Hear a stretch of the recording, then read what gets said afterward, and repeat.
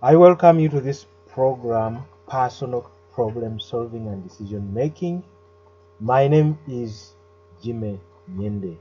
The purpose of this program is to share with you principles of solving personal problems by making good decisions.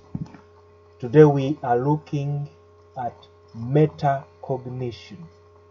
Metacognition is a major underlying cause of personal problems.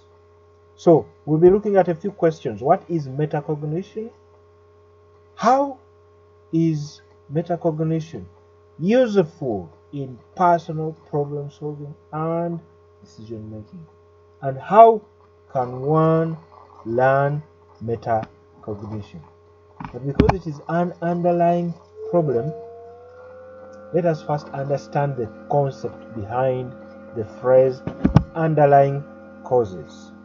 Now, when you have personal problems and you want to solve them, then you have two options.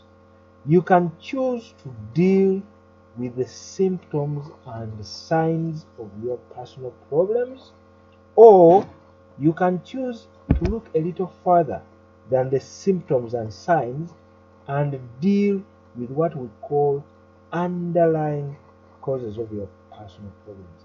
These are the root causes. Now, each of these decisions has its own advantages and disadvantages. There are situations where it is better to deal with the symptoms and signs, and there are situations where it is important to deal with underlying causes. Common sense, when someone has observed that it is not common, encourages us to deal more with underlying causes of personal problems. Underlying causes are the root causes of personal problems. Now, what are some of the common underlying causes? I have shared them with you in the previous videos. What I would like to focus more now is how do you know about underlying causes of personal problems. Now, there are two methods. One is you can turn to research. There are people out there who are conducting experiments and studies and discovering causal relationships. And then they tell us their findings in research papers. That could be one source of information on identifying underlying causes of personal problems. There is another source. You can turn to divine revelation. There is information God has given to us in the Bible. When you read that information, you find that the Bible has a lot to tell us about personal problems and their underlying causes. So, what will you choose? Will you choose to turn to research, or will you choose to turn to divine revelation? I leave that question to you. However, what I want to say is you need to invest time to read the Bible and to read research papers, books, or whatever it is, and then think. Now that we have an idea of what underlying causes are and where to get information about them, we can now go back to our topic of the day, metacognition. What is metacognition? Well, the gentleman who coined that phrase, Flavel, in 1979, defines metacognition as thinking about your thinking. In other words, you ask yourself, what am I thinking? Why am I thinking what I'm thinking. And then you also enter into a discussion within yourself to determine whether what you are thinking is good or bad. Metacognition helps you to control your thoughts and emotions. It helps you to learn new and better ways of thinking and feeling. Metacognition helps you to stand outside of yourself and objectively observe your behaviors and abilities and evaluate them. The key word there is objectively. Evaluate your own performance.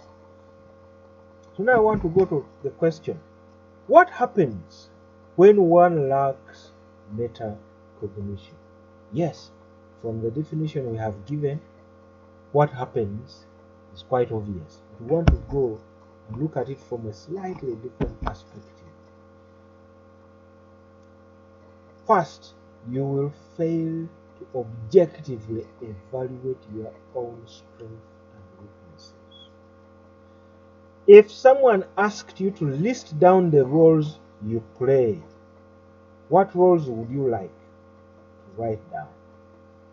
Well, if I refer to myself, I am a spouse, I am a parent, I am an employer, I am an employee, I am a sibling, I am a child, I am a neighbor, I am a citizen, and the roles are many.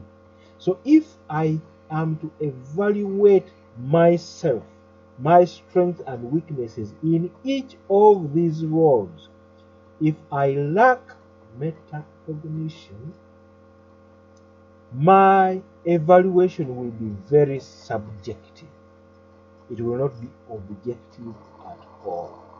If I have strengths, I might either fail to see them completely or I might inflate them.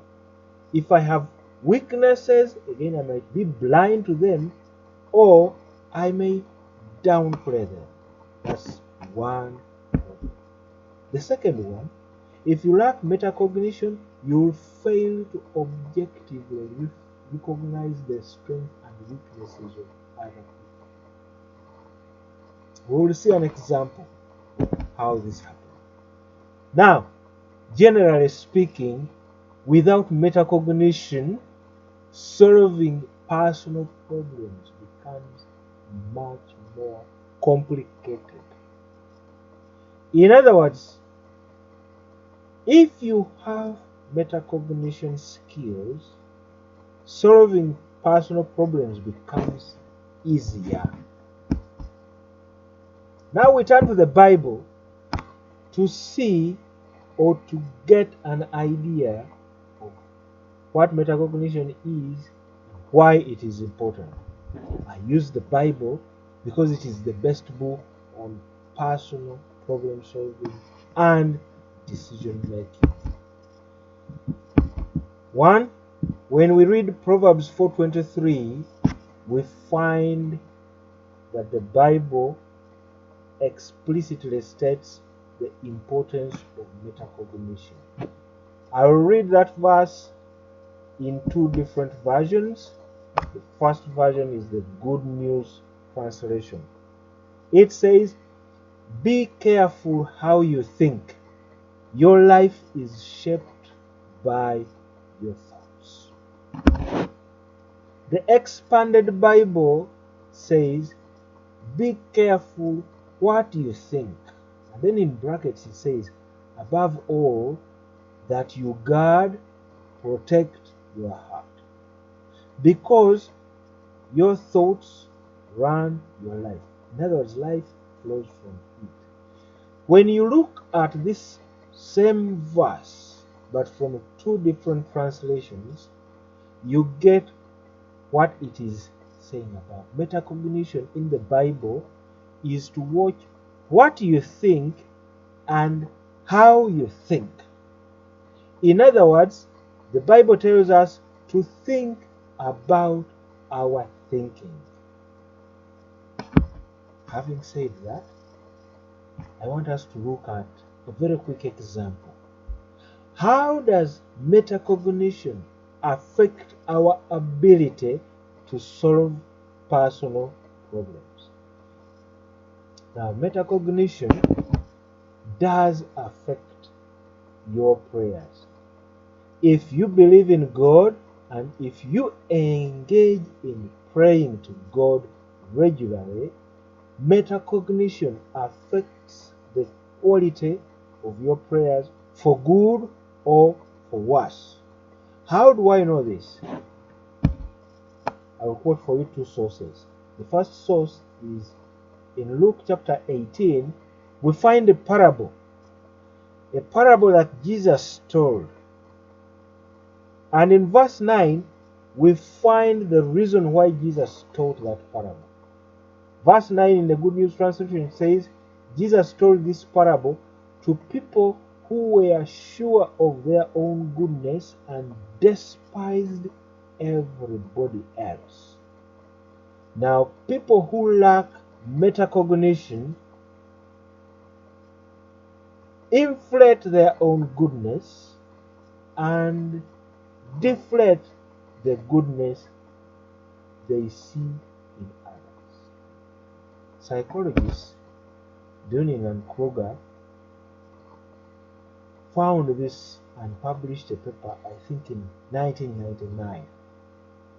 And they say people who are incompetent at something are unable to recognize their incompetence. That's the first problem. Problem number 2, they despise others also. Now, how does this affect your prayer life? I want to read now the story, the parable that Jesus said.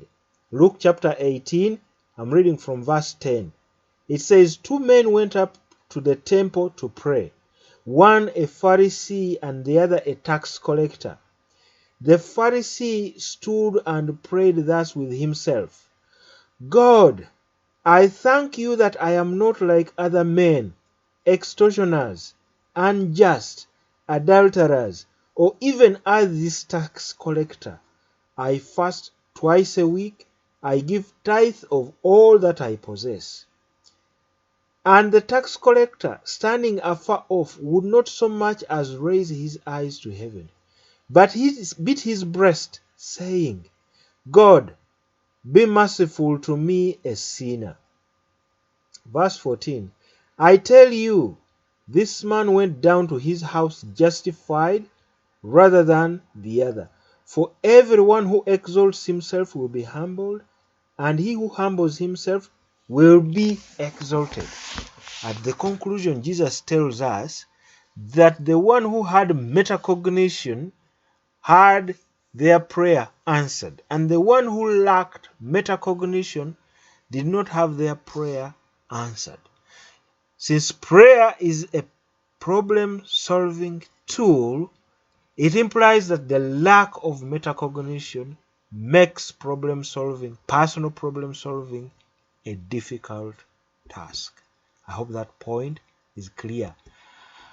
Well, how do you overcome the personal problem of lack of metacognition? Jesus has given us a clue in the closing verse for his story, and I want to repeat his words, especially the last part. For everyone who exalts himself will be humbled, and he who humbles himself will be exalted. There is a behavior that one needs to learn in order to overcome metacognition. And what's that behavior? It is to humble oneself before God. If you learn to humble yourself before God, you will learn metacognition. When you learn metacognition, your prayers will be effective. Now, what is metacognition? I have an unorthodox definition of being humble or humility. To be humble is to think about what God thinks about you. It is to think how God thinks about You as an individual. If you take time to learn what God thinks about you and how He thinks about you, you learn how to be humble. And you'll have many benefits. I want to share with you some of them. Psalms 25:9, God shows those who are humble how to do right, and He teaches them His ways.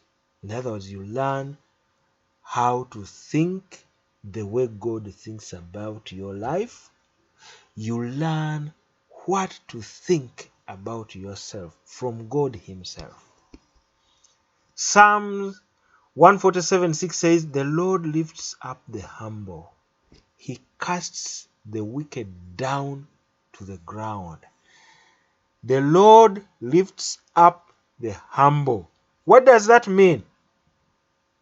The Lord helps you to get out of your personal problems. Personal problems can cause you a terrible mess. But when you humble yourself before God, He lifts you up. James chapter 4 verse 6 gives us another benefit of humbling yourself before God. He says, God resists the proud, but gives grace to the humble. Well, those are benefits worth pursuing. I want to summarize the key points we have discussed in this short video. First, the lack of metacognition keeps you in a closed loop. The lack of metacognition keeps me in a closed loop. The lack of metacognition keeps us in a closed loop. What do I mean by a closed loop? 3 things. First, we make bad decisions. Second, we cannot tell that we have made bad decisions. Third, we despise those who make better decisions than us. That is a terrible situation. If you are in it, you need to get out. How do you get out of that? It is to humble yourself before God. How do I get out of that closed loop? It is when I humble myself before God. Now, this humbling ourselves before God does not make metacognition come to us instantly. No. When we humble ourselves before God, we start a lifelong journey of overcoming metacognition. We learn throughout our lives how to overcome metacognition. It is an everyday activity. Every day you have to think about what you are. And the best way to do that is to think about what God thinks about you and to think how God thinks about you. I encourage you to humble yourself before God. Make it an object of prayer and ask God, how do I humble myself before you? Because you stand to greatly benefit if you do so. God bless you richly as you humble yourself before Him.